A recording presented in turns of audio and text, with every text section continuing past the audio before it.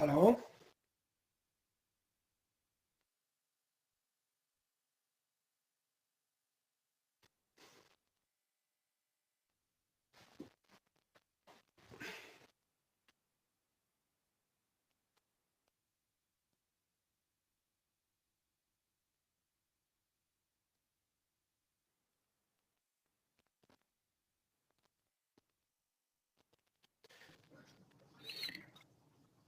Dzień dobry Pani Profesorze. Agnieszka Stachowiak, Politechnika Poznańska. Dzień dobry, bardzo miło. Dzień dobry. Ja będę Pana Profesora przedstawiała za momencik, jak wykład się zacznie. Okej, bardzo dobrze.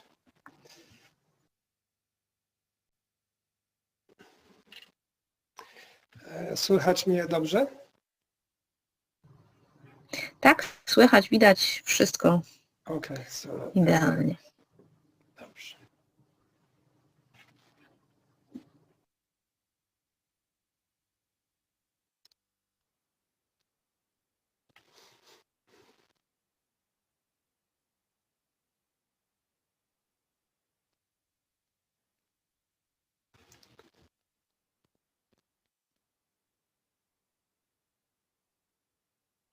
Jeśli by można było, proszę pozwolić mi na screen sharing. W pewnym momencie to będzie potrzebne. Oczywiście. My tutaj mamy wsparcie techniczne. Ja nie wiem, czy będę mogła to zrobić, ale zaraz spróbuję. Na dole jest tak, pisze share screen i można to zrobić dla multiple participants. Okay, host disabled attendee screen sharing at that moment, so I'm... No właśnie, czyli kto jest host, musi to zrobić. To pani Beata Mrugalska. Pani Beata, tak. Już ją wywołujemy. O, widzę, że jest zalogowana. Tak, tak. No to zaraz spróbuję do niej napisać szybciutko.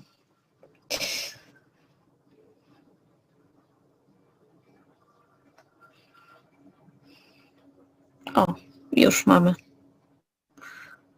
Okej. Dobrze.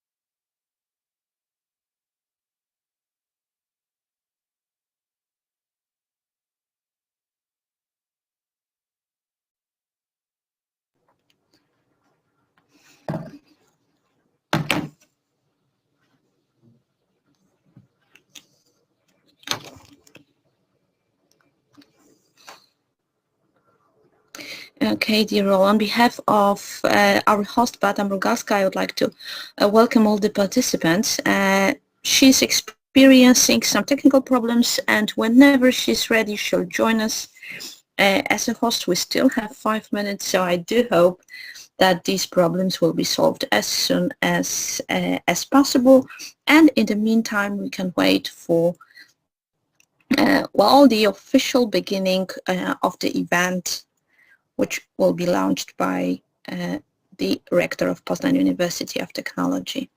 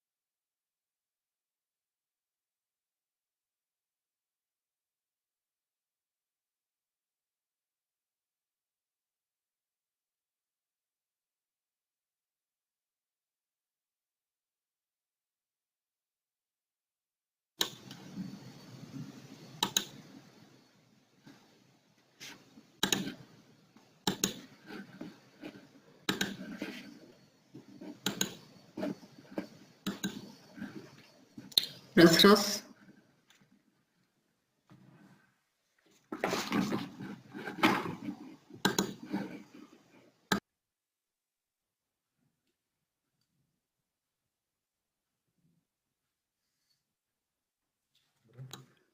Dzień dobry. Dzień dobry.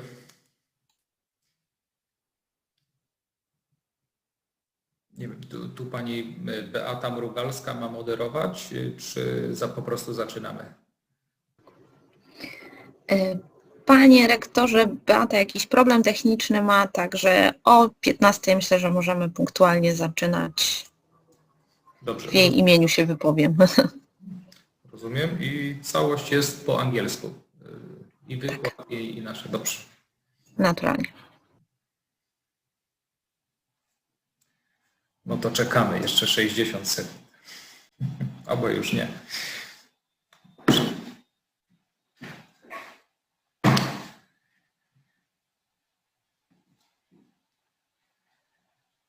Okay, ladies and gentlemen, Let me start. My name is Wojciech Sumelka, and I'm a Vice Rector for Research at Poznań University of Technology.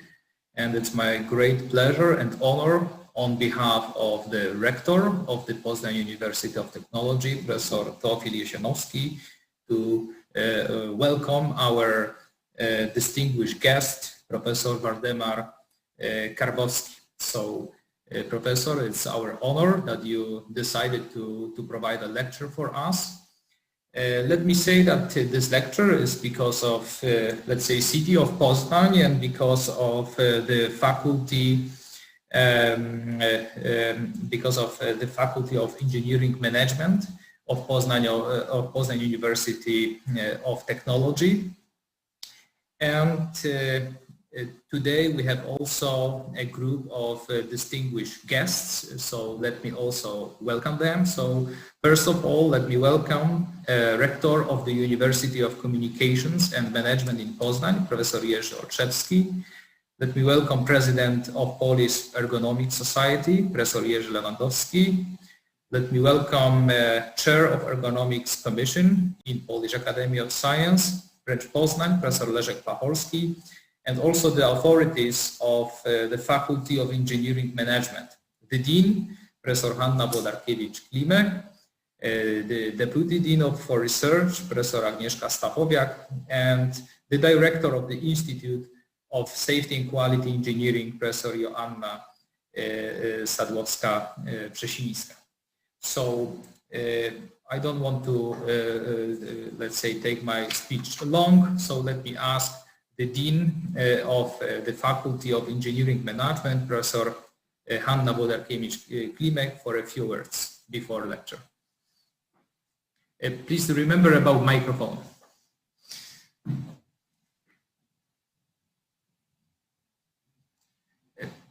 Professor Klimek, please switch on microphone.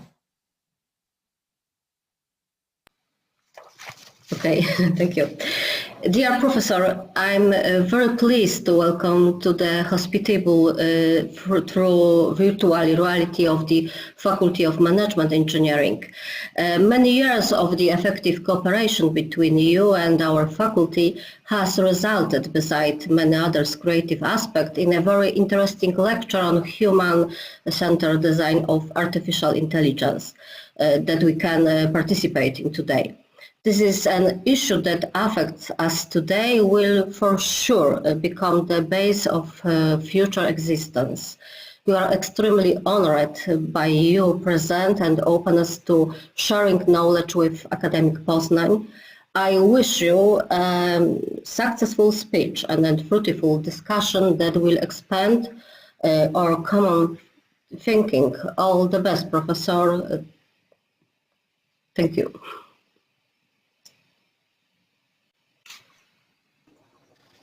Thank you very much.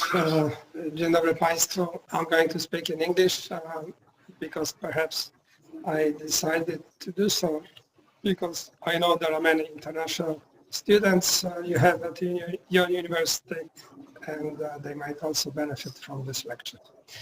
I'm very honored and pleased to join you virtually. Poznań has a very special place in my life. Some of you may know that it is here in Poznań when I met Professor Stefan Szczeliński. That was back when I was a student at one of those student research meetings. So I would also like to express my appreciation to Rector, President of the University, Dean of Faculty of Engineering Management, Professor Włodarkiewicz-Klimek, and the President of the City of Poznań, Mr. Jacek Leśkowiak, whose support made this lecture possible. I'm going to share my screen. Unfortunately, the host disabled participant screen sharing. So if you could please enable that, so we will begin.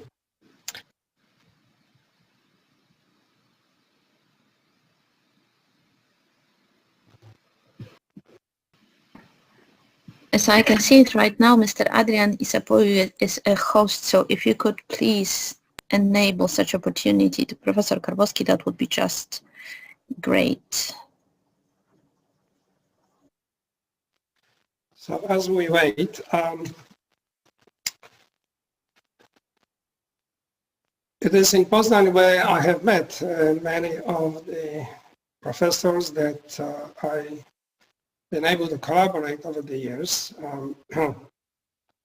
I mentioned Professor Stefan Szczeliński, but of course Professor Leszek Pacholski, who has been an icon of Polish Ergonomics Society for a number of years. And I also would like to welcome my other friends. I know Professor Jerzy Lewandowski is with us today. I also see many other individuals that I know, and due to time restrictions, I'm not going to acknowledge those, so my apologies for that. Okay, let's see if we have this done. We are still waiting for my ability to share my presentation screen. So the topic of today's lecture, human-centered design of artificial intelligence. Widzę, że się udało, bo ja nie byłam w stanie tego ani przełączyć, mimo że teraz już się zalogowałam jako host. Okej, dziękuję. Dobrze.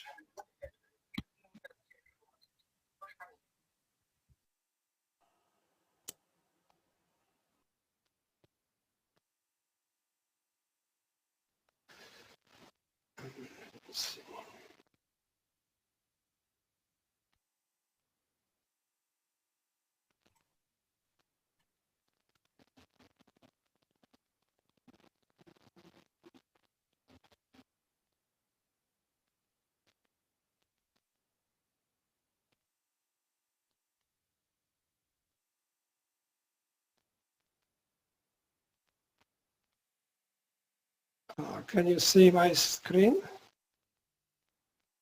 Yes.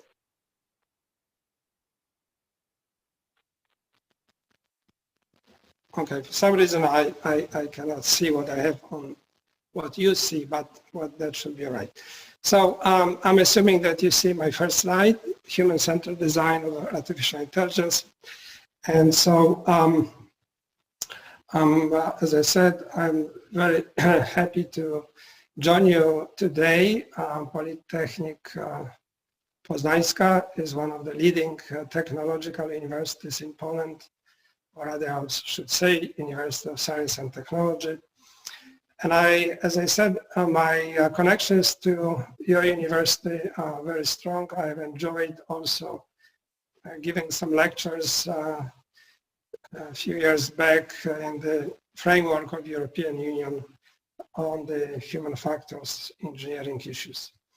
But as I mentioned, my roots in Poland come back to Wrocław University of Technology, and I would like to acknowledge two individuals who were my mentors when I was a student and later when I started my professional career in the United States. Both of them passed away.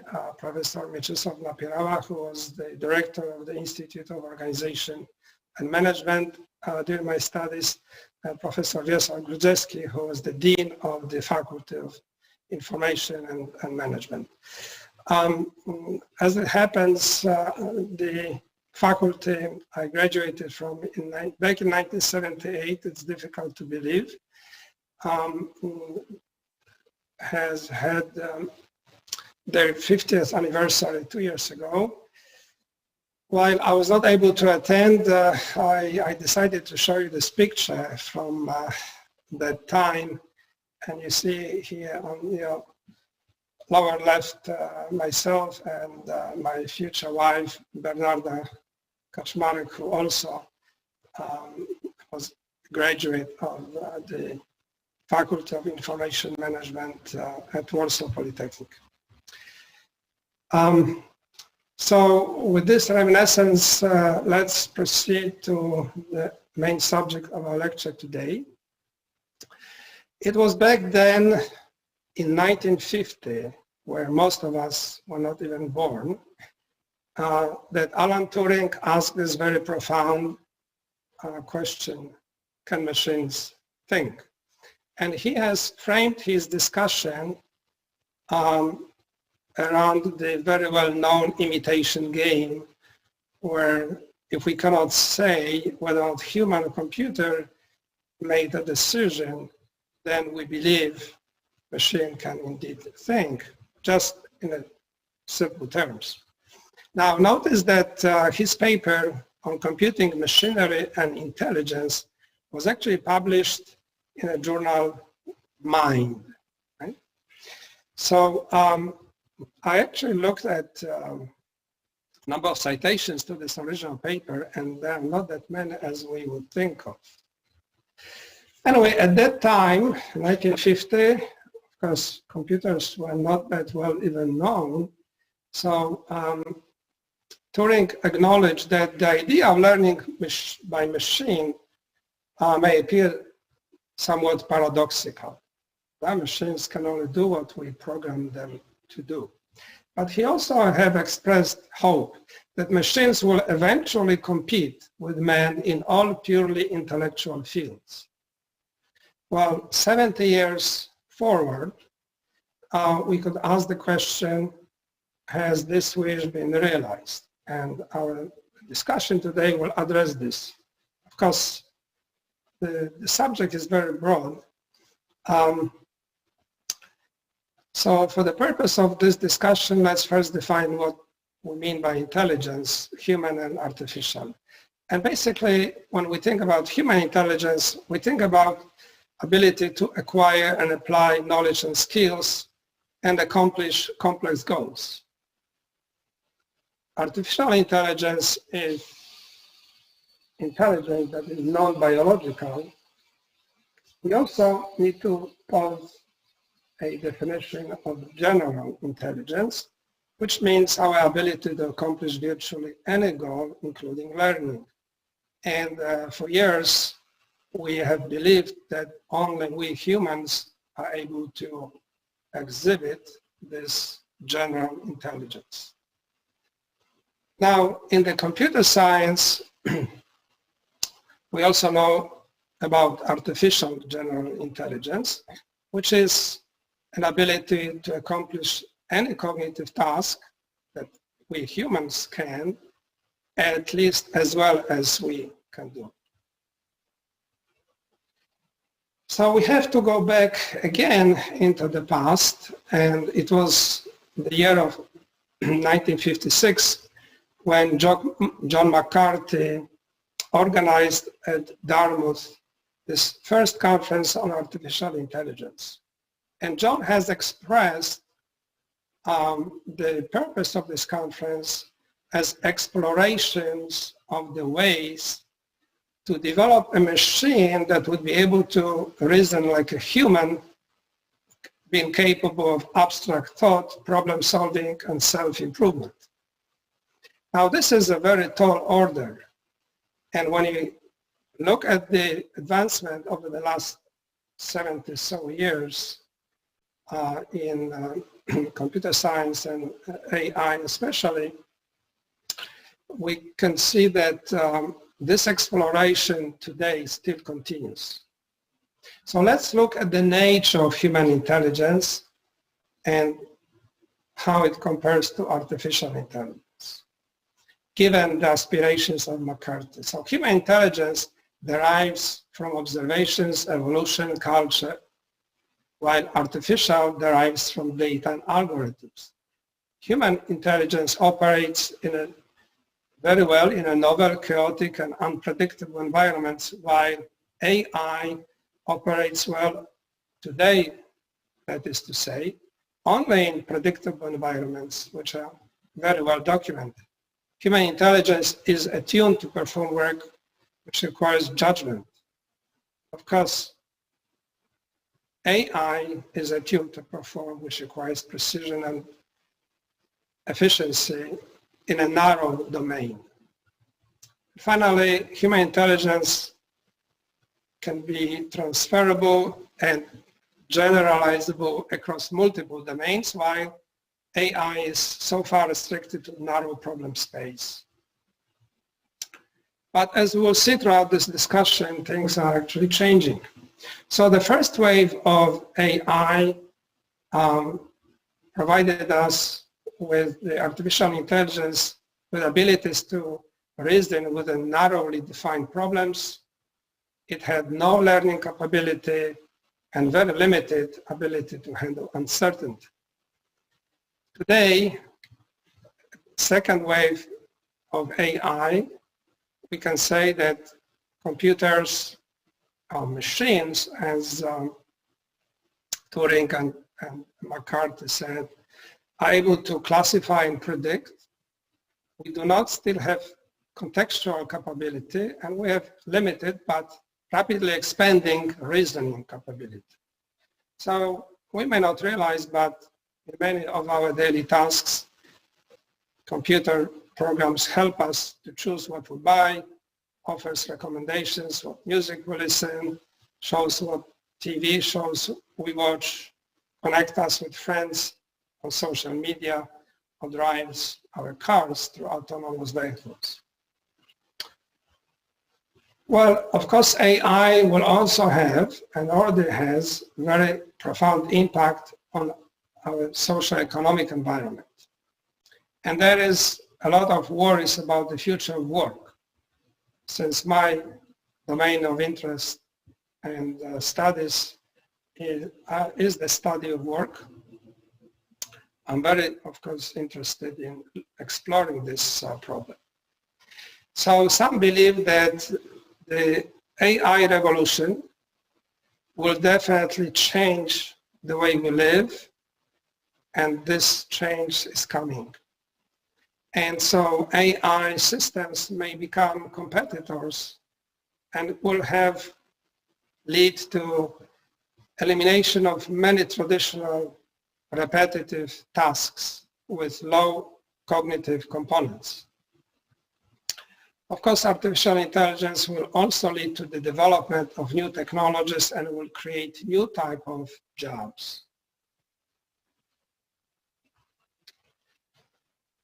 One study published in the American Economic Association has demonstrated, based on the analysis of over 18,000 tasks classified by Occupational Information Network in the US, and look at suitability of those tasks for application of machine learning. And the conclusions were that most occupations that we know today are actually suitable for at least some machine learning tasks. But realizing the full potential of machine learning will require redesign of these tasks and jobs. But if we look at the number of 18,000 tasks classified as those in this classification, that is a staggering number, and that paper is actually quite old, as it was published 2 years ago.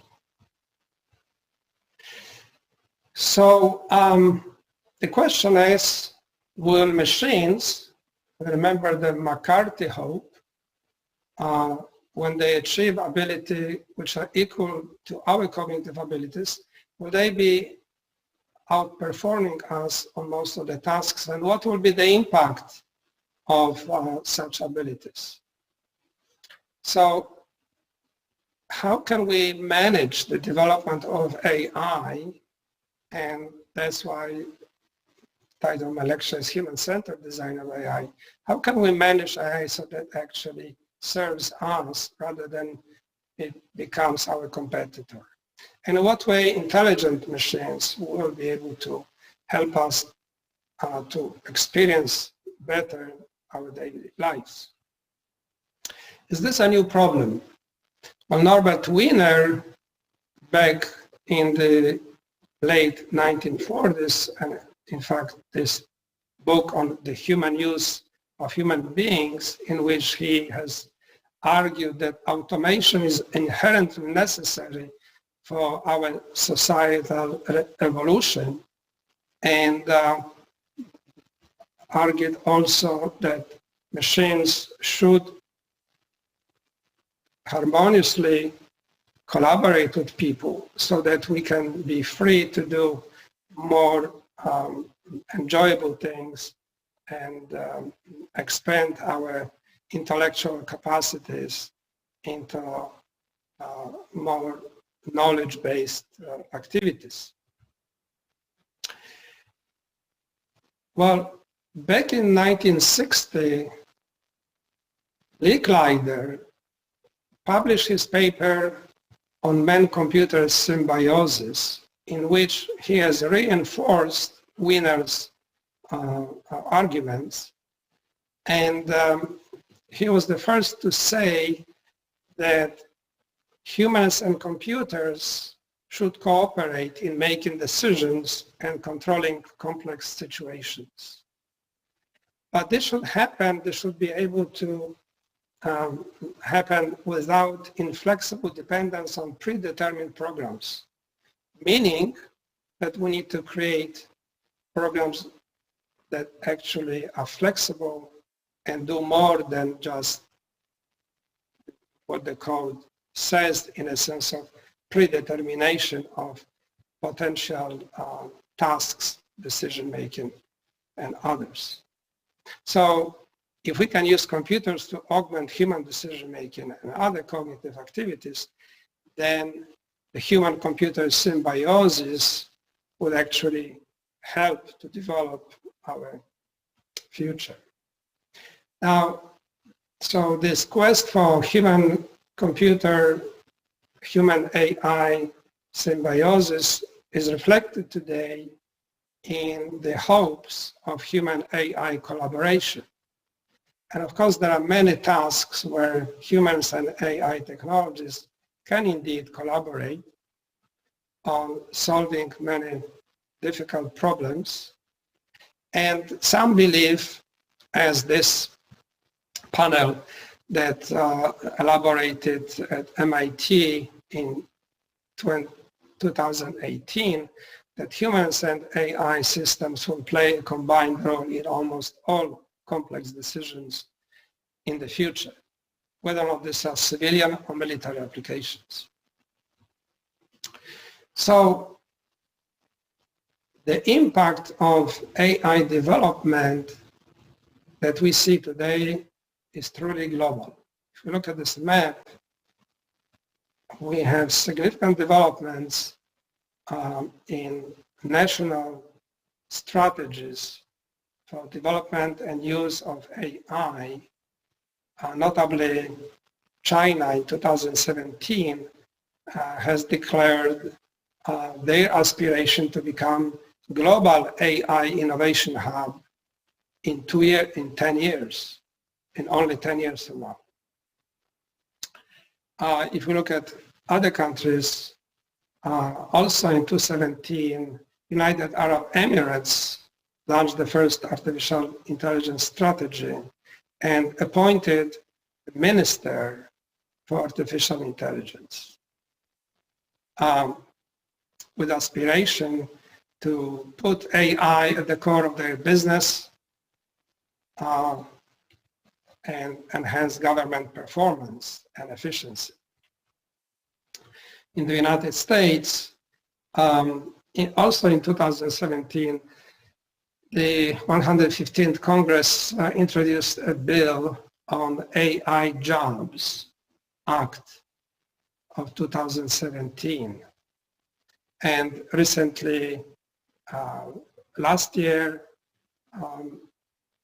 significant amount of money has been allocated to enhance national strategy for AI investment in education, research, and development. Of course, I'm just giving some selected examples that do not describe the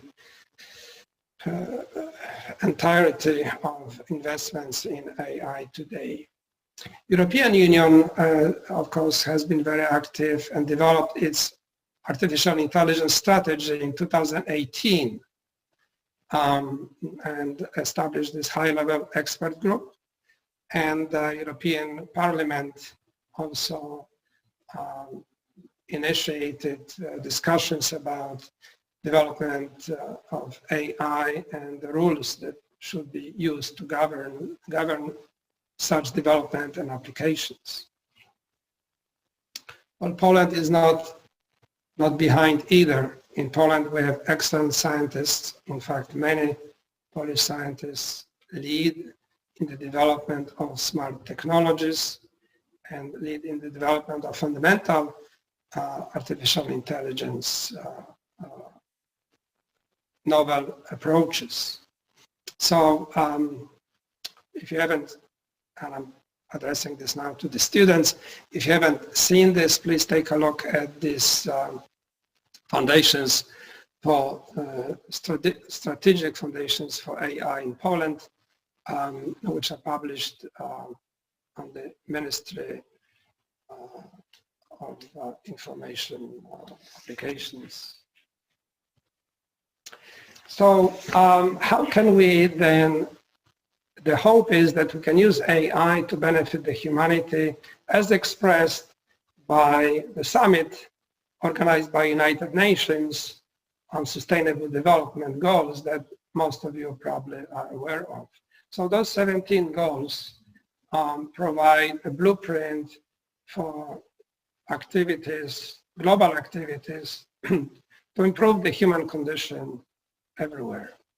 Now, of course, we live today in the era of pandemic, so hopefully AI will also enable us to develop vaccines and in general develop new ways of treating and preventing diseases.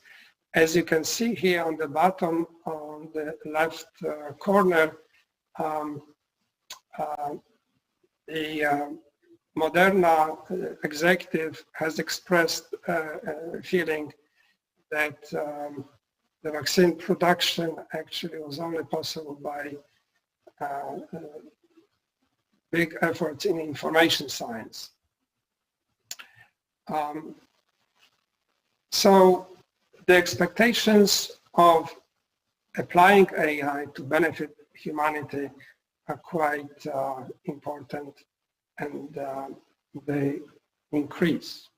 So let's go back to our discussion about intelligence itself. So aspiration of McCarthy was to build a machine that reasons like a human. So when will it be? Is it 2050 or 2100? So is it by the mid or end of 21st century where artificial intelligence will actually approach or equal human intelligence? And I have not made a mistake on the slide.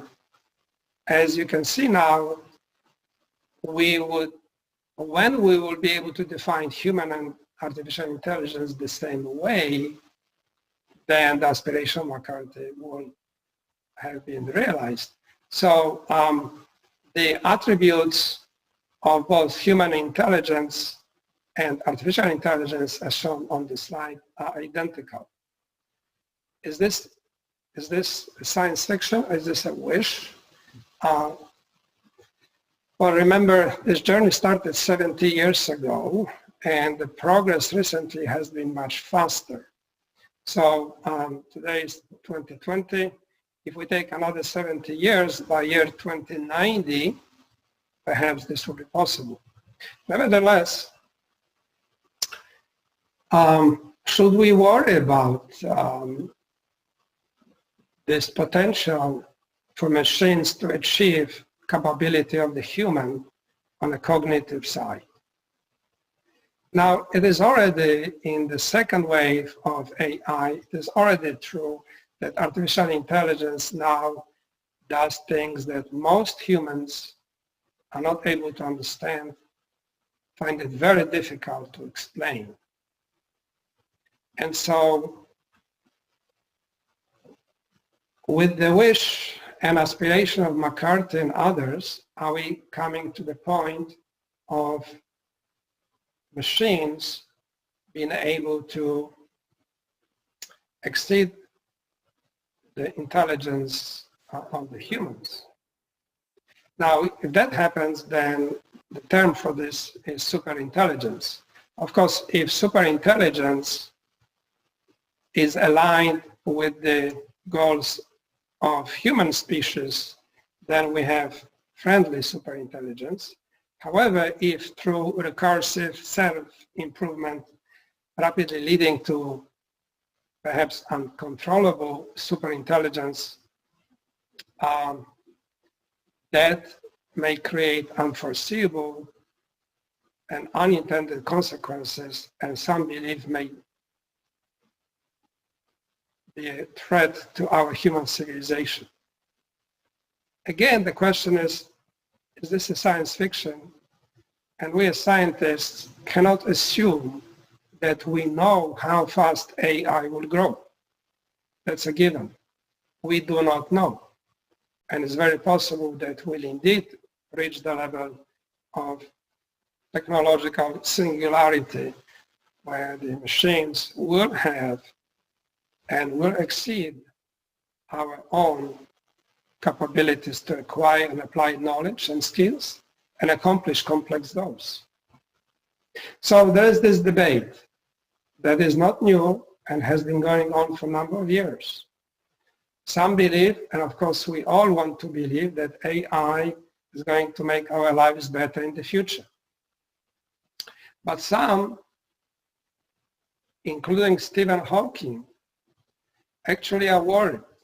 They're worried that as well as Elon Musk, they worried that uncontrollable developments of AI may lead to, may be a risk to existence of our human civilization. And in fact, Elon Musk, who is known for offering off-cuff remarks, not always well thought through, has expressed through a mass media that he believes that the competition to reach AI superiority at national level may actually lead to World War III. So the question is, will the dangers of AI come from the people and how we use AI, or will they come from AI technology itself? And there are many views here.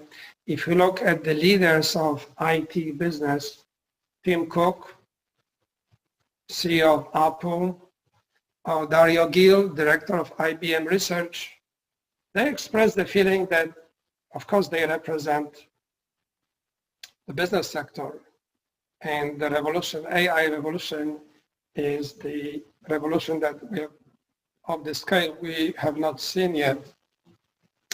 And they basically, the sentiment is they are not worried about artificial intelligence giving our computers ability to think like we humans do. As long as we keep people at the center of what we do, we can definitely benefit from it. But Tim Cook also is concerned about people thinking like computers.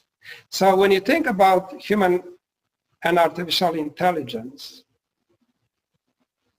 is it that we humans will adapt to the intelligence of the machines? Will we think like computers without values and compassion? And that is cause for concern.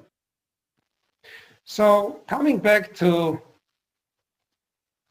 the issue of human-centered design of artificial intelligence, there has been a lot of work already how AI should be developed and managed. Now, of course, that to be realized will require collaboration of all the countries at the level of United Nations, as developments of AI, if it is uncontrollable, then some of those concerns actually be very valid. So as stated here, some of the principles for development of human-centered design are that in research about artificial intelligence, we should focus on developing beneficial intelligence. We should look at the values of AI that should be aligned with our values, and we should address the issue of many legal and ethical considerations that will definitely come up. Some of it already has had. The accident of Tesla and a truck, white truck, show some of the legal dilemmas that are in front of us. How can we grow our prosperity through automation while maintaining our resources and purpose? AI systems should be designed so that we can control the extent to which they will be recursively self-improve and self-replicate.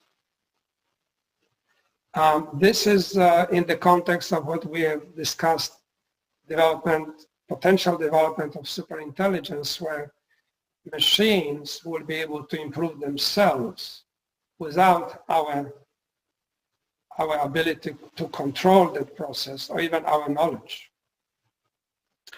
Again, in the back of your mind, you may think, is this a science fiction? It's not.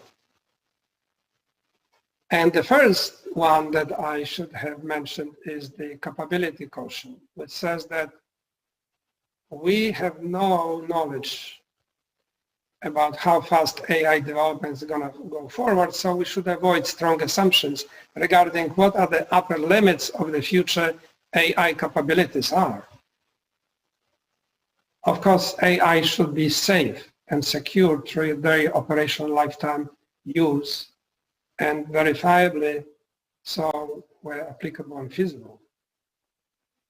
It should be possible to explain why, if that happens, an AI system was involved or in any way related to the causation chain that might cause human harm.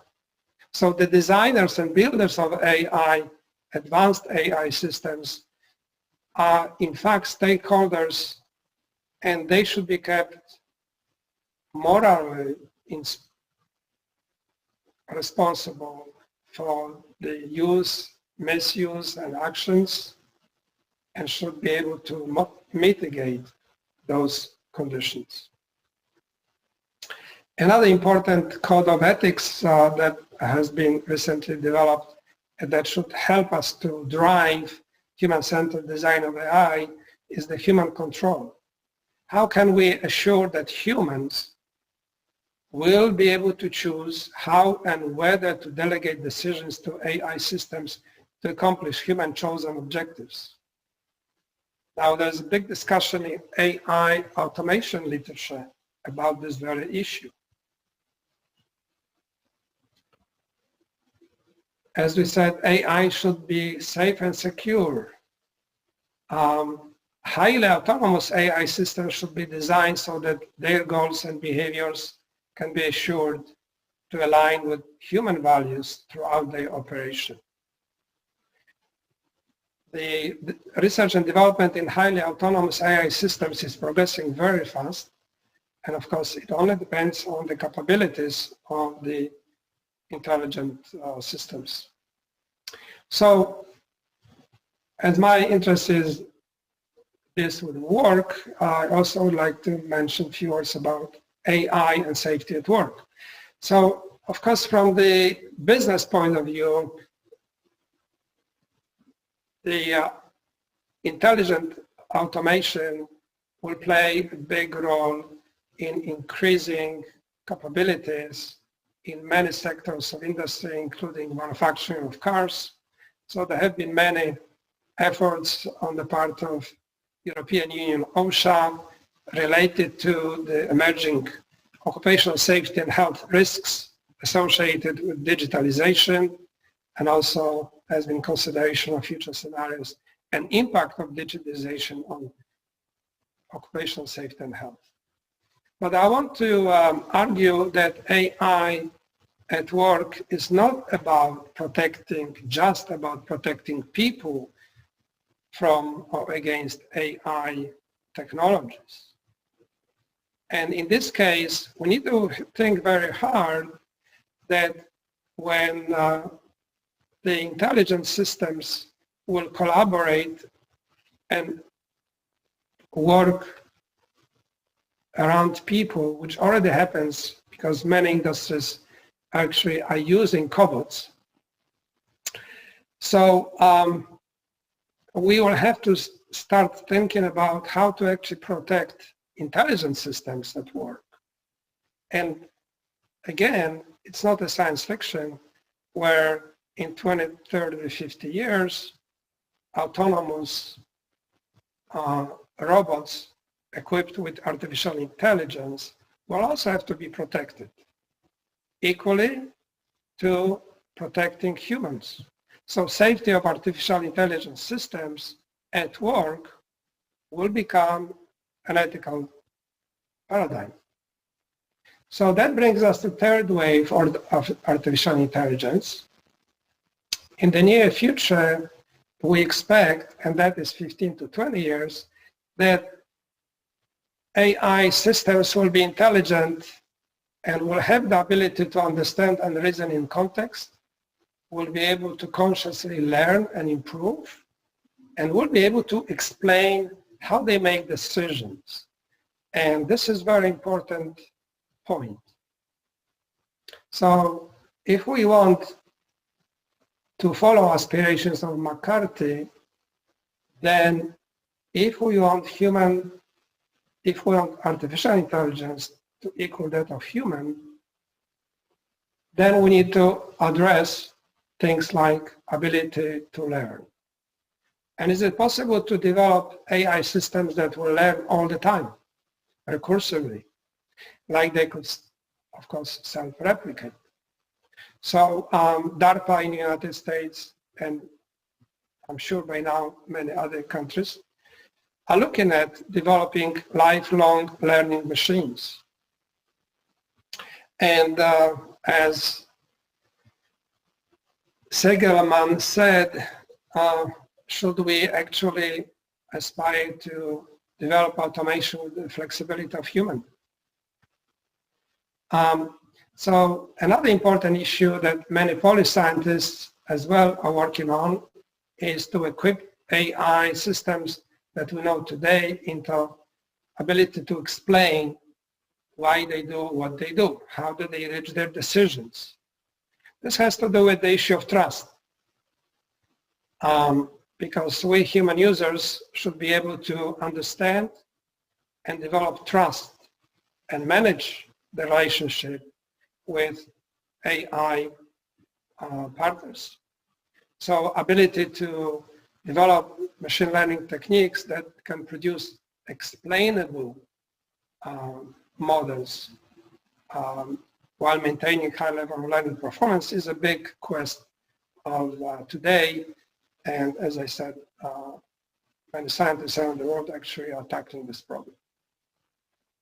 So far we have talked about artificial intelligence, but what is the next step? What are the implications of creating artificial intelligence near or equal to that of human? And so Max Tegmark from the Future of Life Institute has stated that discussion about human and artificial intelligence has to be linked to discussion about life and consciousness. And this, according to Tegmark, is the most important conversation and it's most urgent one. So what is the next step? How do we define, if we define thought and reason and cognitive abilities through artificial systems, we can then look at organisms, being algorithms, and we can look at life as the process of dealing with data.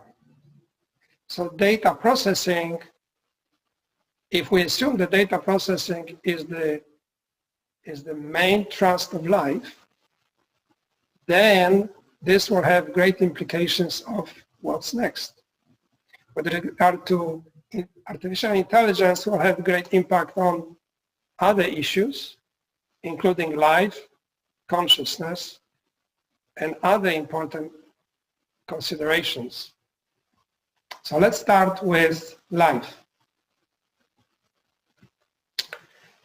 Well, according to Tegmark, we can today at least distinguish 3 stages of life. The life, and we assume for the purpose of this discussion that life is a process that can retain its complexity and replicate. So definitely that reflects the biological life, process that can retain its complexity and replicate. Everything we know in nature, all biological organisms, they replicate and they retain their complexity. But from the computer science point of view and AI point of view, we need to ask the questions of how life designs its hardware, its software, and can it survive and replicate. And so in that context, Tegmark has distinguished 3 stages of life. The life we know it today, biological life, the life that is also known already, cultural stage of life, and the life 3.0, which will be technological life. Let's see what he means. So all of us can agree that, yes, biological stage of life is very natural. Life evolved through its hardware, and software. This is how life developed on Earth, and this is how life, how we look at life in general. The second stage, and this is where Tegmark argues we are today. We are at the cultural stage of life. Life that evolves its human hardware. We still are being born, but we are developing software, algorithms, and knowledge that are used to process the information. Computers, machines now are capable of processing information much faster and much more accurately than we humans do. So this is much smarter type of life, right? High intelligence, much higher intelligence than life 1.0. And this is how we humans dominate life on Earth. So Tegmark called this life 2.1. Well, it's possible that with the explosion of artificial intelligence, the artificial intelligence will be able to design its hardware and software. And that will be technological state of life. The artificial life or technological stage of life will then be free of evolutionary biological processes because it will be able to create both hardware and software and replicate and sustain. And so that level of artificial general intelligence will have great impact of what's possible in the future. So this conversation has started, but it's not yet dominant. When you think about artificial intelligence, we do not think the broader implications of this. So let's look at another important aspect of human virtue, that is consciousness and self-awareness. There has been some research already showing that computers may have feelings. Impossible. Science fiction. Well, think again. This issue has already been discussed by researchers in France, Japan, and all over. And so the artificially intelligent machines will have feelings, will be able to perceive. And how would artificial intelligence lead to artificial consciousness? Is it possible to actually for artificial consciousness to exist? Think about this. The brain, based on artificial networks actually could experience many more times more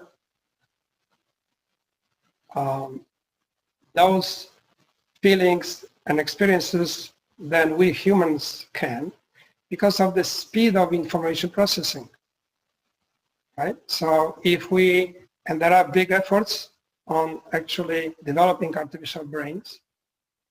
So since the electromagnetic signals travel at Mach speed, which is millions times faster than speed of neural signal processing, then imagine that this artificial consciousness could exist with so many more experiences. But what is needed to actually develop artificial consciousness? And so these are 4 principles that were formulated: information, dynamics, independence, and integration principles, basically define what is necessary to be conscious. So conscious system has substantial information storage capability, information processing capacity. It has substantial independence from the rest of the world and is actually aware of its parts. What does that mean? Well, Italian neuroscientist Giulio Tononi already introduced a measure of integrated information which allows us to assess how much different parts of a system know about each other. So if artificial intelligence actually has that capability, then it will be aware of its parts. Is this science fiction? Well, think again. Back in 2013, Junichi Takeno from Japan demonstrated, based on the premise that human consciousness occurs in the brain cell networks, and therefore consciousness could be realized with artificial neural networks using computers. So if you look at Discovery Channel, and in 2015 it had over 100 million views. Today it probably has billions of views, where you can learn about how Takeno demonstrated that a robot can indeed be equipped with self-awareness. And the conditions for self-awareness were defined, of course, in a limited way, by ability to cognize one's behavior, perform consistent behaviors, have sense of cause and effect, cognize behaviors of others, and have a sense of controlling others as one wishes. Well, again, is this science fiction? Recent studies and research at RPI as well as Columbia University. The RPI research is on the left and Columbia University is on the right, actually show that machines, yes, those artificial machines that we are talking about can be self-aware. And indeed, it has been demonstrated, and you can then equip robots with those. So the challenges of artificial intelligence are broad. And as long as we manage to keep technology beneficial, some say we have nothing to worry about.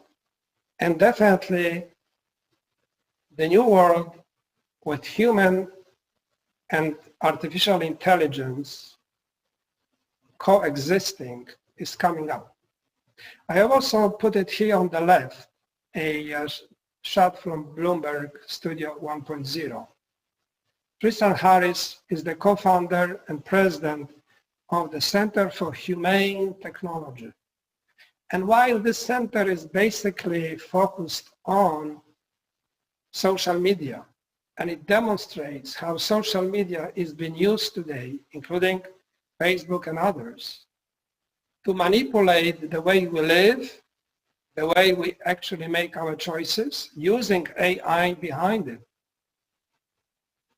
And so Harris already is working with this institute, the centers group, on preventing the unwanted developments in technology, which is backed by AI. From the human factors point of view, to all my colleagues, I proposed back in 2018 at the International Congress of Ergonomics Association that we should also redefine how we look at our own discipline. Coming back to the center point of our discussion today of the human-centered design of artificial intelligence. In this view, all these discussions we have shown so far, and only very superficially, I understand that. But how do we actually influence the design of artificial and use of artificial intelligence? Well, human factors and ergonomics discipline always dealt with interactions and try to, with technology, and try to influence how technology is being developed and used. And so no surprise that we should refocus and actually create a sub-discipline that would look very carefully at the interrelationships between humans, intelligent systems, and other artificial cognitive agents. And we need to consider this in the future societal developments, both on Earth and potentially on Mars, if Musk's idea get to be realized, so that we can develop and implement human-centered principles for the design and integration of artificially intelligent systems that benefit humanity.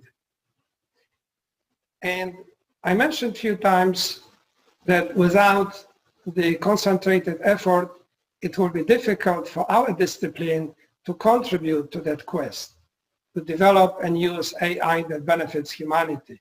So one of the efforts we have recently undertaken is this new journal on human intelligence systems integration. I welcome all my colleagues from Poland to contribute to publication of papers, but also if you have any interest in helping us to develop this journal by sitting on the editorial board, please send me email. I'll be happy to discuss this with you.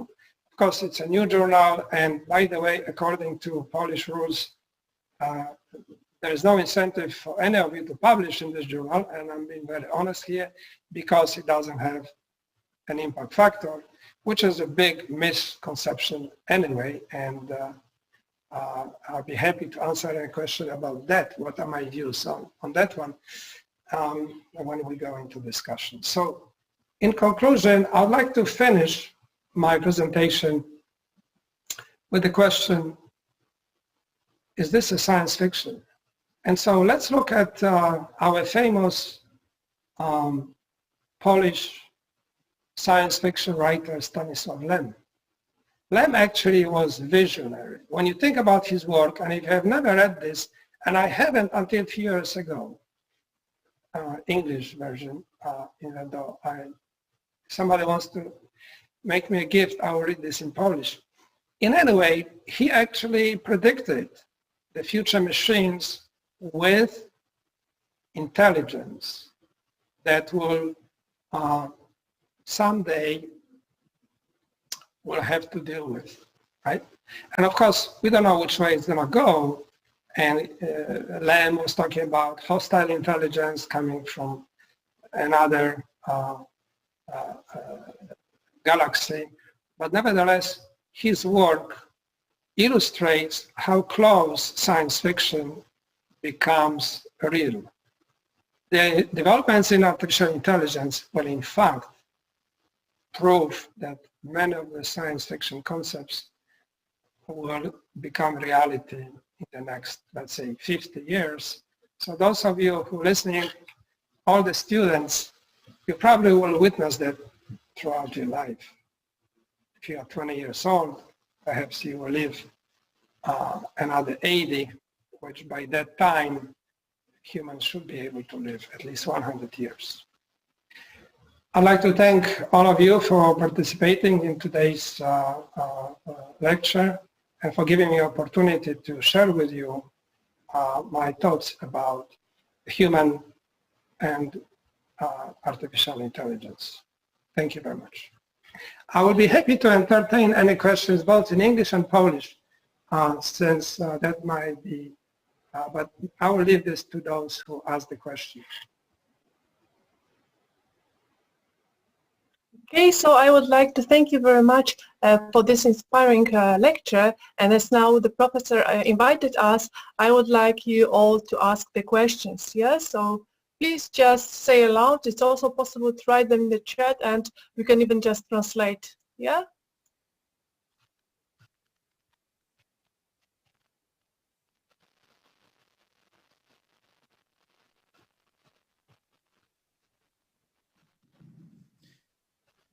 So maybe if possible, I could start. Wojciech Sumelka is speaking. So Professor, could you comment, can quantum mechanics open new perspectives for artificial intelligence? Because of course I'm not a specialist in this topic. However, I think that also hardware capabilities are very important here. So could you comment on that? Thank you.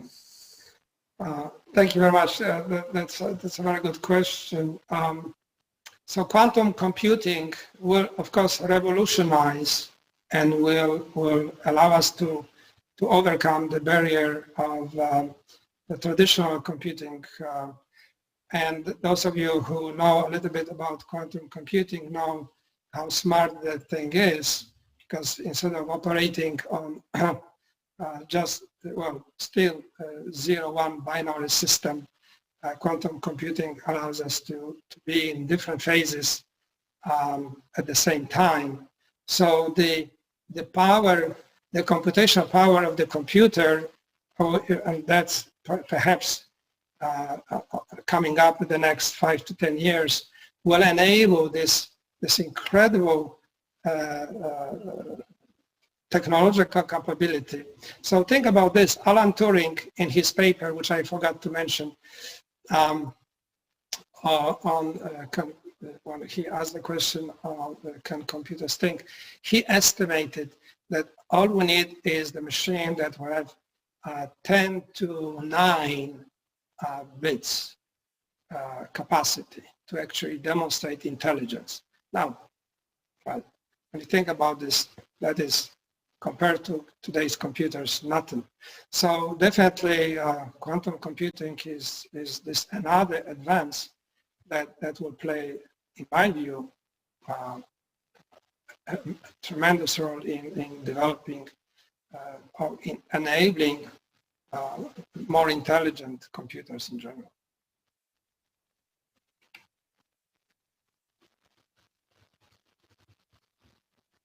I only can reminisce, as you are thinking about other questions. When I was a student in Poland, in Wrocław, in the 70s, I was exposed to computers that took half of the room, very big, with cards input, and of course, all our smart devices today have greater computational power than the biggest computer then in Poland. So it has only been, what, 50 years, right? So think about what might happen in another 50 years. Hello, everybody. Good afternoon. Professor Karwowski, as always, it was great pleasure to hear you. And thanks for interesting and inspiration that you share with us during your lecture.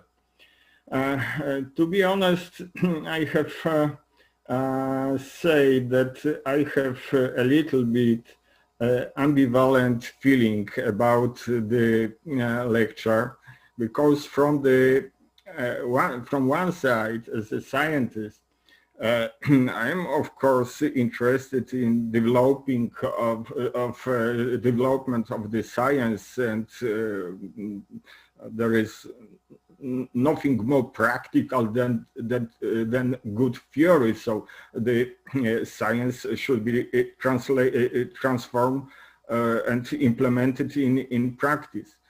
But from the other side, some statement that you stated are a little bit sad. like organism algorithm, or life is data processing. That's I'm smiling, but that's rather sad. Or that Hussein said that artificial intelligence will be able to feel. This means that the border between human being and artificial intelligence slowly disappear.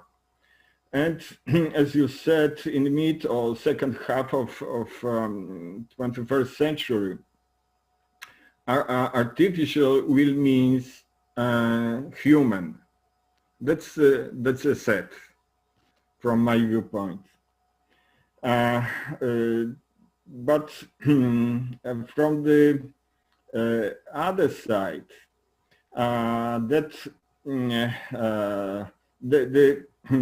the aspect of ethics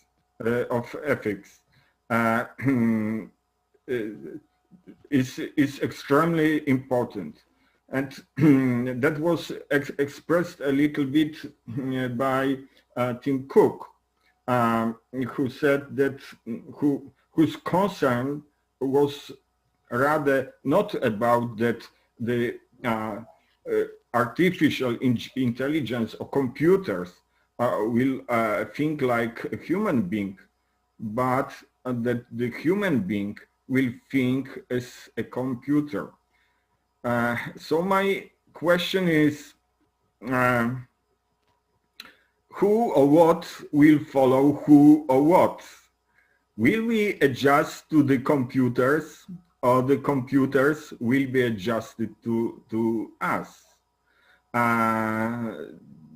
This is maybe a little bit a strange question, but please notice that with support of generally with different forms of computing support, and particular artificial intelligence, we stop thinking about some things. For example, I remember many years ago when I drive a car in a city that I didn't know. I look on map and I remembered the names. I had orientation. Just now, not. I'm looking and listen to the GPS. So these are the dilemmas. How the artificial intelligence will be developing, and will be developed by us, by human being. So the ethical viewpoint is very important. That's my comment, and some doubts. Okay. Thank you very much, Professor Czerniński, for your very eloquent summary of some of the points I was making in my lecture. And of course, I'm just one single voice in this big scientific world looking at that issue, and there are many much smarter people than I am, but I will try to at least comment related to your question. So yeah, will we be adjusting, adopting, coming up to the intelligence of the machines, or the machines, as machines are evolving and coming to the cognitive abilities of people? Look at the kids, and that's another big discussion. There's actually a journal about human-children interactions, believe it or not. But look at the kids, the way they learn today. They learn from the computers. They are exposed to those devices you mentioned, smartphones, GPS systems, they have tablets. They learn completely different way. And their brain, and there's a neuroscience studies that show that their brain actually process information different way. And we all process information different way. And brain connectivity is different in different parts of the brain. Different parts of the brain participate in processing of information when it's being taken from a screen, from your smartphone or from your computer screen, tablet, whatever that might be. So, these are the first studies that illustrate indeed that our brains, especially the brains of kids, now more adjusting to the ways that technology works, right? So if we comprehend, remember intelligence, ability to process information and make decisions, right? If our brains now are affected by the way we actually receive that information and we interact with computers, then our brains change. And so neuroscience, I think, will have extremely important role in how we look at development of AI, because indeed, as you already said, you don't remember telephones of your friends. You don't know which street to turn on. We depend on technology. So yes, there is theoretical issue and practical issue. When the consumers, we consumers of technology, when do we decide enough is enough, right? When do we actually allow machines to control our brain? Because if you let machine to decide which way to go, what to watch on TV, what to buy, then you actually let the machine control your life. Yes, you are. And also, not only that, but your brain works different way, right? So that's one thing. Ethical issues, absolutely. That is the most important dilemma. That's the most important discussion. And so during every day. So on one hand, we have tremendous benefits of technology that will be used to improve the human condition worldwide, right? Eliminate starvation, eliminate preventable diseases. So technology, in whichever way you call it, but all future technology will somehow, somewhat, in some part, be intelligent. And many things that happen today, actually, we don't even realize how intelligent the systems are. And your comment about being sad, I fully understand. The only observations I would make is that this point of view about biological life and technological life is very real. And so, of course, we as scientists have emotions. And I understand you are being sad, but we have to admit that there will be life beyond biological life. If they, and also, and that may be this consequence of what we have talked about, when we reach the level of superintelligence, and again, this is not scientific. You can believe it that we will or we won't, but indications are with the progress of AI and quantum computing and who knows what other technologies will supersede deep neural networks and their ability to learn. We actually will have another type of life. It's not going to be biological life. It's not going to be our human life, but it's going to be another life. But then maybe through this other life, we'll be able to extend our life. AI systems, right? Technology will help us live longer. Now, how long do we want to live, right? People in the Middle Ages lived maybe 30, 40 years. They will live 80 to 90. Biologically, some genetically, biologically, some scientists argue humans can actually live up to 130 years old, if not for the disease, and if we can slow the aging process. Will AI help us to slow the aging process?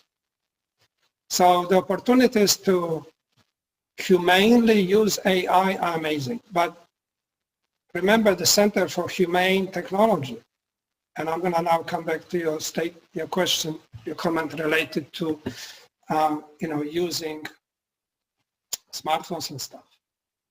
Again, there are reasons to believe, and this is social political issue, that big companies like Facebook, indeed using AI, they will create a threat that they will control our life. And that's why the Center for Humane Technology addresses today and advocates that big companies, big social media companies like Facebook should be broken up. They have too much power and control over our lives. And also they become monopolists. So imagine if we let them go and do what they do, and in 5-10 years they will have capabilities that we humans will not be able to even detect what they do and how they collect information from us. That will become really dangerous. Anyway, great questions. Thank you, Stefan, for your comments. Okay, we also received a question from Professor Anca Dragici, who represents the University of Timișoara in Romania. She asks, which will be the educational process under the impact of IA? Which are your estimations on the future profile of the successful professor? Excellent.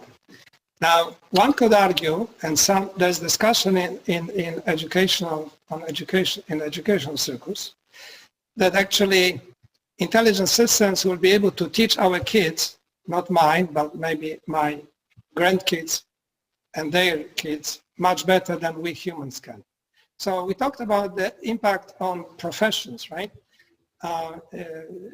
In 10 to 15 years, it is estimated there will be big shift in employment as the Industrial Revolution introduced machine power, steam power, and then computers came about, and internet. The AI revolution will have definitely this impact, so that many professions will actually disappear. Driving trucks, providing financial advice. Computers will be able to make financial decisions much faster, much more accurately. We will not need humans. Unless we make a conscious decision, we do need humans. But that was the digression. So how will the education work? Well, at university where I work today in Florida, we see big changes. And I'm sure there are changes that happen in European Union and Poland as well, and in Romania. So we need to think about AI literacy, and I really mean that. It's not enough to read and write and think. We have to be AI literate, and most people today are AI illiterate.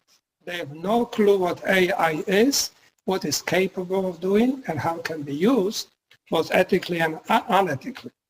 So we see tremendous need actually to use technologies like machine learning, deep neural networks,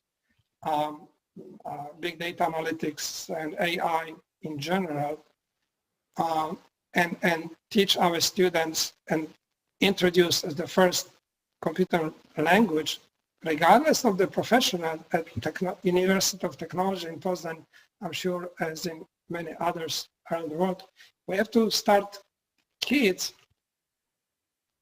should be taught Python, right?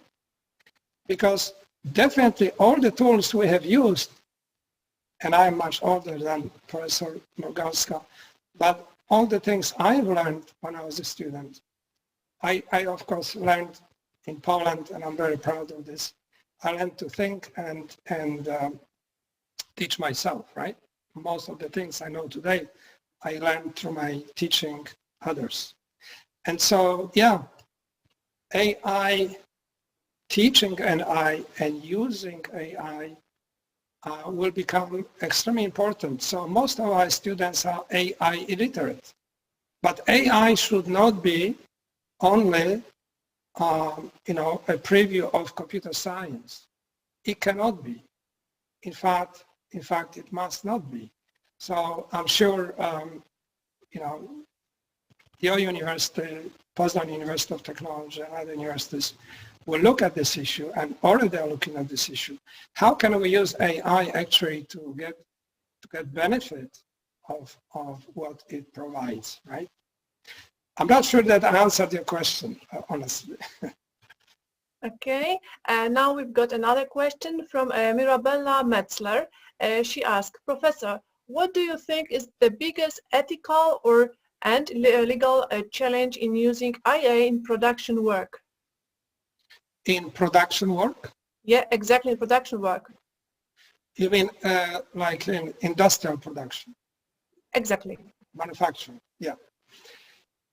Well, yeah, so from the point of view of using technology and making robots smart, right? Cobots and other robots that will be working around human workers. The ethical issue, of course, comes to two things. One will be whether or not we will allow, just in quest for improved productivity, total replacement of human workers. And so that's a societal issue, right? How we will, if we get to that point, right? But today, of course, Industry 4.0, as it has been defined by German leaders, is about applying AI to do that, to eliminate human labor. So I think the biggest thing will be actually who has the right, and now we're going back to the basic management principles, who has the right to make a decision, right? So decision-making ability, which has to do with, of course, organizational structures, leadership, how we govern and lead the organizations. Will we allow AI-based systems to make decisions? And of course, should we only do that if this intelligent system explains, so we have explainable AI, when it explains what it does? And should we treat AI system that actually is much smarter in a very narrow way, but it is, because it can analyze millions of like in financial service or in production, it can analyze millions of data in a very short period of time and provide a suggestion for decision. As long as it is the human that will make the final decision, I think we are okay. There's a big discussion in military related to the use of AI in military operations, not only in robotics, but basically making decisions about operations in the field. And so, this discussion is already taking place. So yeah, production, I don't think we have big dilemmas except for employment. And how will the governments regulate Social Security? Imagine that you have a company and you only employ robots. How will the government get taxes, right? So will the government tax robots? I mean, will the employer be taxed for number of robots employed? There will be no humans. How will the government get their taxes? So there are, of course, societal issues that will have to be discussed. But as far as fully autonomous production, I'm going to go back. Professor Pszeliński and I collaborated in the 90s on a conference on hybrid automation. So at that time, there was no cobots. Robots were isolated from humans. They were very dangerous. And we already thought at that time about hybrid automation where humans and automated systems, machines, intelligent machines can work, alongside each other. So I'm glad actually that this type of research in some way could have also helped in the current explosion of Industry 4.0. Okay, we received also a question from Sime Samuel. He would like to ask, who will be responsible for the accident caused by IA? So I also would ask you just extend this question by adding the information which you provided us, because robots are nowadays self-aware. So I think that this question is a very good one, yeah? Yes, this is another, and again, we are, as a scientist, I have to say, we are bordering on what's possible, what might happen. So we speculate to certain degrees, but we're expressing our views, right, based on what we know today. So I'm not saying this with any authority. I must make that a qualification. I can only tell you what I think, right? So yes, who will be responsible? So we already have seen in California an accident. The Tesla car collided with a white truck, and that's why the camera couldn't see the truck, and that was fatality involved. And so in the end, the manufacturer was responsible, right? And of course, as it is in the United States, the system is, I'm not sure how it is in Poland, the system is different, as always based on negotiations and compensation, so that nobody admits guilt and everybody moves on with their lives. But yeah, if robots cause accidents, well, absolutely, that's the issue. And of course here, we're not at the point where the self-aware robots are employed in any way or fashion in industry yet. Although when you go to Japan, as I have experienced, to go to a small hotel, there are two robots. You cannot, from the far you cannot see, but you come closer. There's a woman and man robots, and they ask you how can they help, and they actually can register you, and you can get your key and you're on your way. And only if the robot doesn't understand what you're saying, then they will call a human. Human is not there. So service robotics is extremely well developed in Japan. I mean, we have no idea where they are actually and how they were already able to use natural language processing, a synthetic voice, and artificial intelligence to intelligently provide discussion with the human, allowing you to check into your room. But that was a digression. So coming back to legal responsibility, of course, that is both ethical and legal issue that has not yet been addressed, and that will have to be addressed. So the discussion about ethical and legal considerations of future smart intelligent systems, whether or not, they are robots or they are just residing in computers, I'm sure will be something that lawyers and ethicists and politicians will have talk about in the years to come.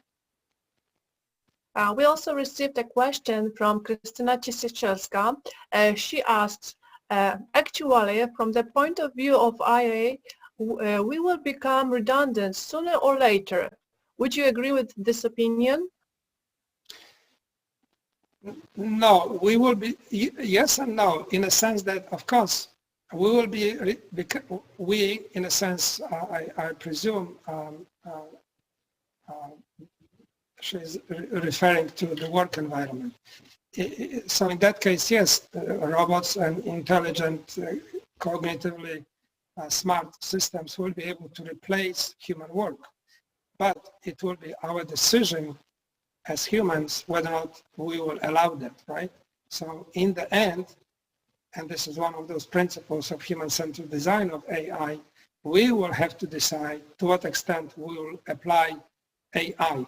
It's something like, and that might be far-reaching, but I think some people already have made that comparison. It's a little bit gruesome, but anyway, it's something like that. If you can develop it, it doesn't mean you have to use it, right? Look at nuclear bomb. So nuclear power was only used twice in Hiroshima and against people, right? Against, and in a military context, and since then has not been used, but it does exist. So in a sense, AI can serve humanity, and we should use it to benefit humanity as much as we can. But we should not use it where it may create those disastrous issues that Elon Musk and Stephen Hawking, warn us about. And I'm sure it will be the case that we will be able to develop systems much smarter than we are, but their use will be limited because ultimately we humans want to be in control and should be in control of technology. Otherwise, the unintended consequences may really overpower our humanity, and we will not live through those times. But what's another 80 years, right? The end of 21st century is coming only in 80 years. And I really mean that only in 80 years, not as far as 80 years, because that 80 years, think about human civilization. Everything we have today was developed in the 20th century, from 1900 to 1999. Electricity, power, computers, internet. This did not exist. How can we know what's going to happen next? We don't. And that is the problem. We cannot presume how fast the progress in artificial intelligence is going to go. And that's why one of the ethical principles is that because we cannot presume how fast it's going to go, we really have to pay attention to what's happening.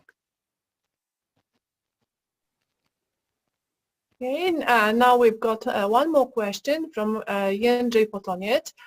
He asked, around 100 years ago, Rutherford and others were researching nuclear reaction, and in another 25, their research led to creation of an atomic bomb. Does IA have similarly disruptive potential? Is this light, should we continue the research on IA? Right, I think I partially answered that question already, but indeed,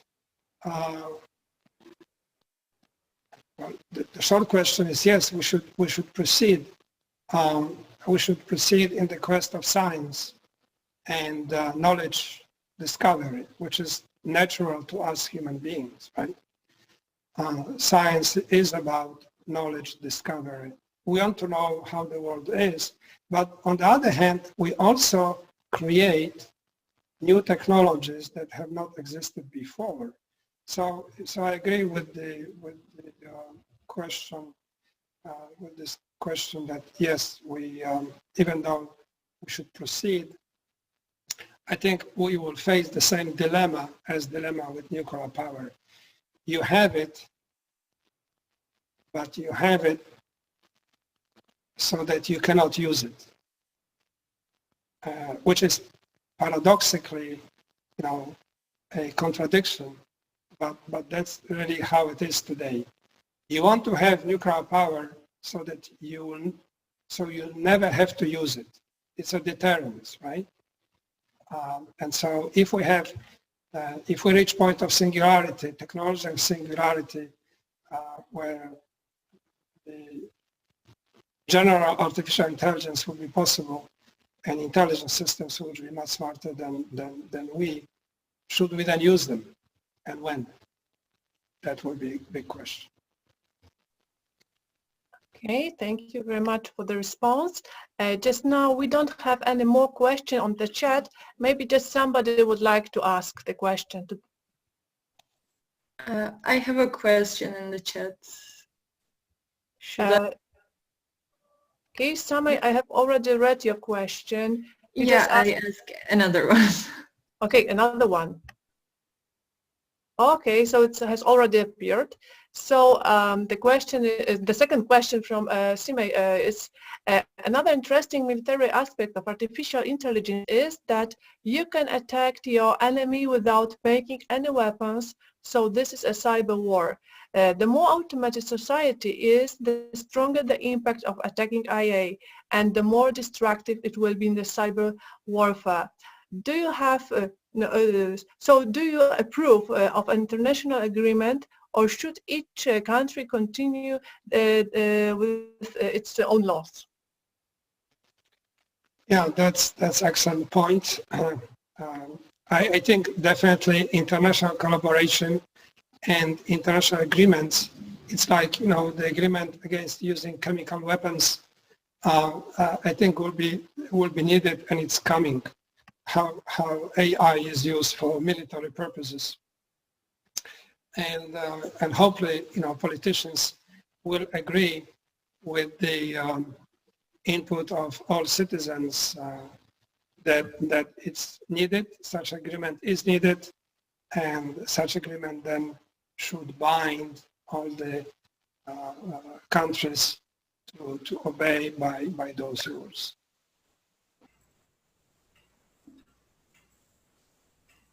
Okay, now it seems that Professor Pacholski wants to ask a question. Am I right?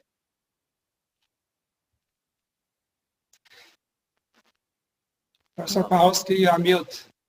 Yeah, just for a moment he muted and then unmuted. Okay, so again we can see you. Yeah, but please unmute. We don't hear you. Yeah, it's the one on the left. You have used the video, but there's also one for voice on the left. I have no question. Thank you.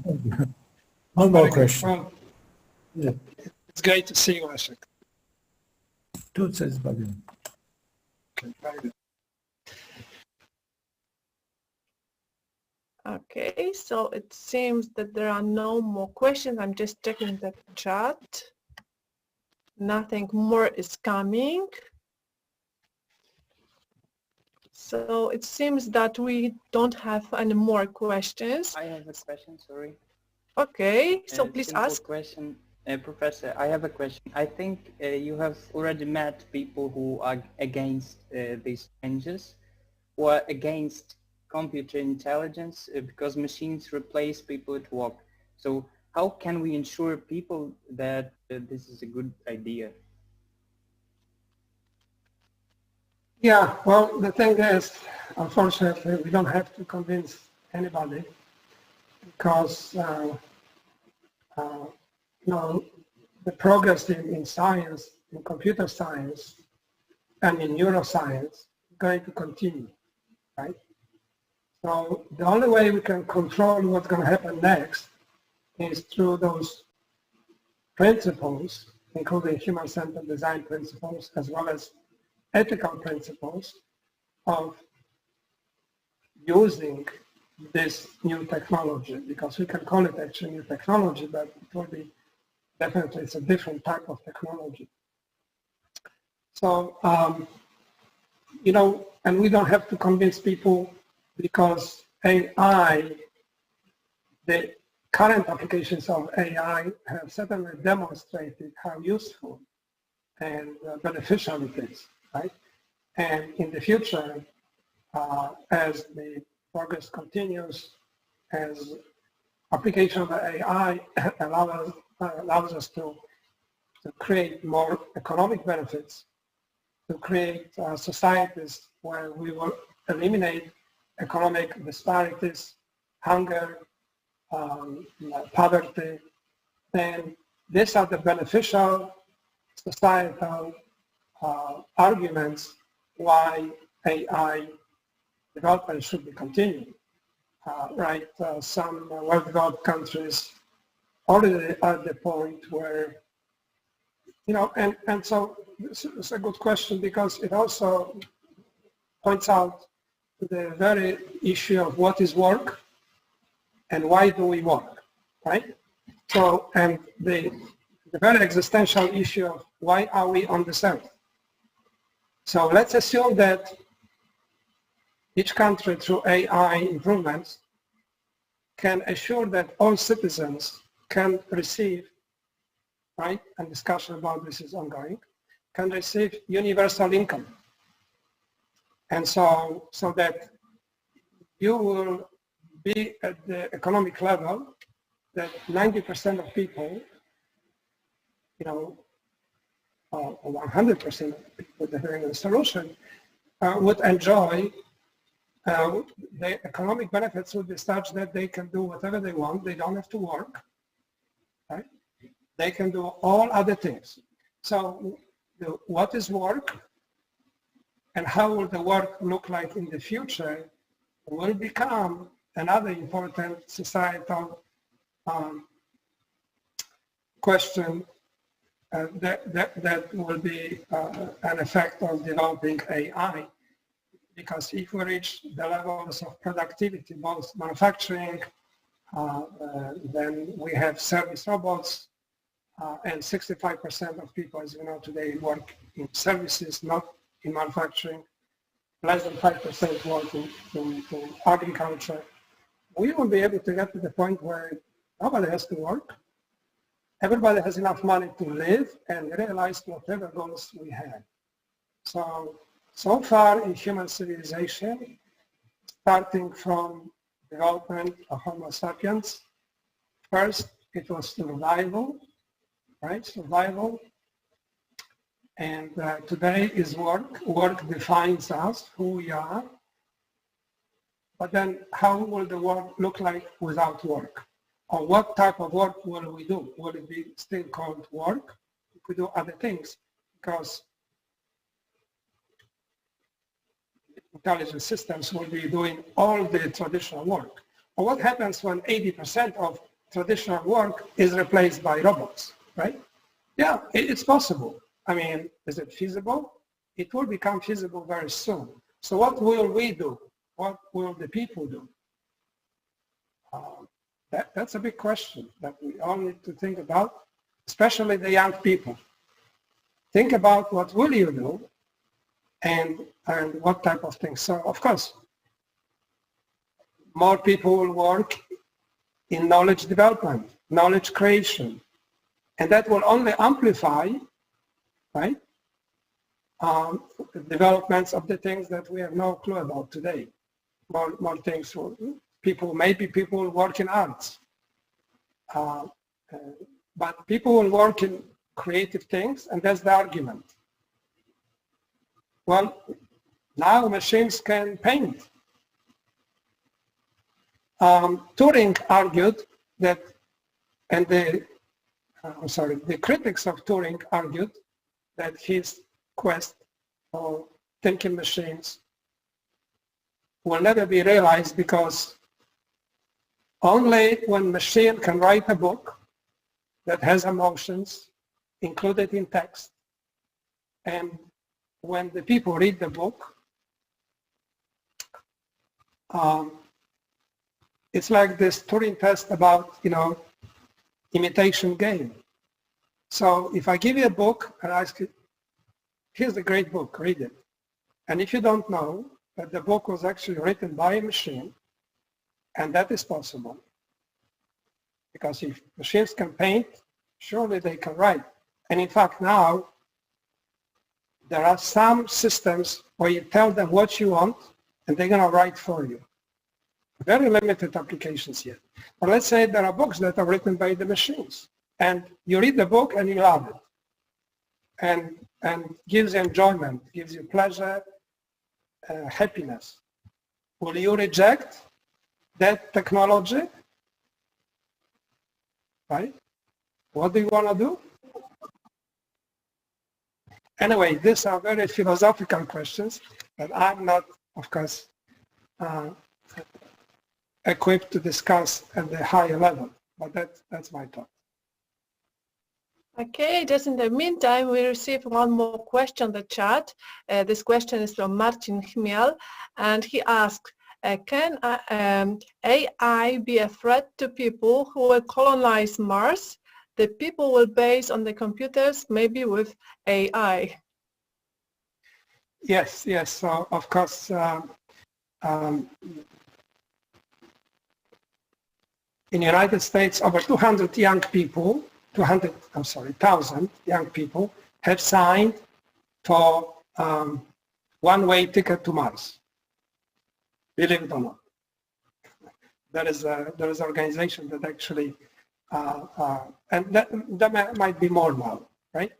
So colonization of Mars, it's going to happen one way or another, but there are also voices against it, especially there are some philosophers in Germany who argue that it's a myth and should never be pursued.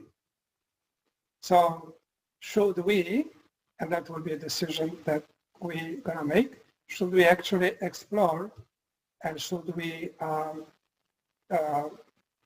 build habitat on Mars? Building habitat on Mars is already possible, but not yet feasible. And Elon Musk believes that it's going to happen, and he wants to lead the effort, right? Just because we can do it, some argue it doesn't mean we should. It's like with, atomic energy, some atomic bomb. Just because we can, it doesn't mean we should. So that's an ethical and moral question. Let's assume we can, right? So believe it or not, my students in our senior design projects in the Department of Industrial Engineering actually participating in NASA projects with NASA scientists on creating the infrastructure for Mars habitat, right? How it's going to look like, all the things that industrial engineers do, how will the power be supplied, water, etc., how we sustain human life. So yes, you can imagine instead of sending people to Mars, you could send a robot to Mars. The only problem is that we do not have yet as smart robots as we are to go to Mars, but it will be safer. I agree with you. Musk could take your Starship that recently actually exploded, but Musk declared that it was a success because for the first time it tried to land it. It didn't work, but so what? There will be another trial. This is how space program develops. Those things are unavoidable. Anyway, so yeah, instead of saying Starship with people, let's send Starship with robots up there, and they don't have to worry about radiation, temperature changes. They don't need oxygen to breathe, etc., etc. So perhaps that's a better solution. I have no clue. But US is planning to send first human to Mars by mid-30s. Whether or not it's going to happen, we'll see. Okay, we've got one more question from Simei Sumarol. The question is, if an artificial intelligence system in the future becomes conscious, what will it experience subjectively? Or is a logical answer possible to this question? Right, I do not have a logical answer, absolutely. It will be my speculating. But it's a great question, it's a great problem, all right? And so we already had a little bit of that, not nearly what the question is all about, but you may know about this communication between two computer systems. The experiment that I don't remember who has conducted the experiment, but where two machines started to talk each other in a language that was not understandable. That already happened. That experiment was actually stopped, interrupted, because and I can find that information and I'll be happy to share with you. But anyway, how will that artificial consciousness work? Who knows? I cannot definitely rationally provide an answer to it. Okay, just now on the chat there are no more questions, so maybe somebody just would like to ask the question loudly.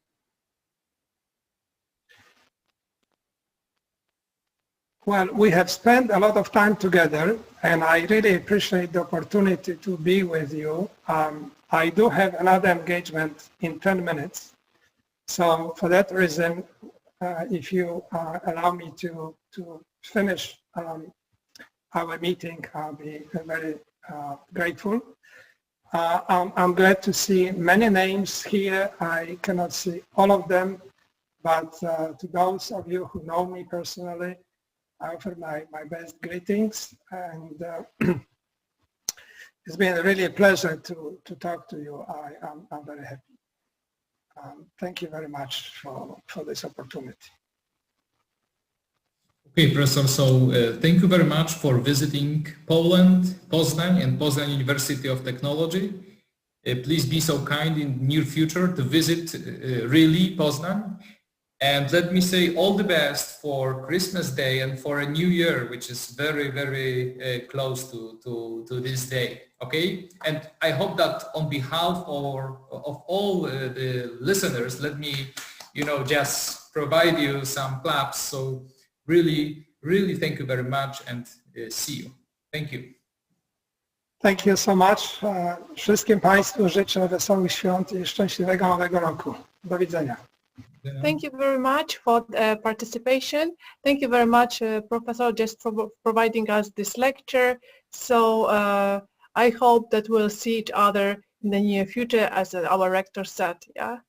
So goodbye for today. Thank you. Thank you. Thank you. Goodbye.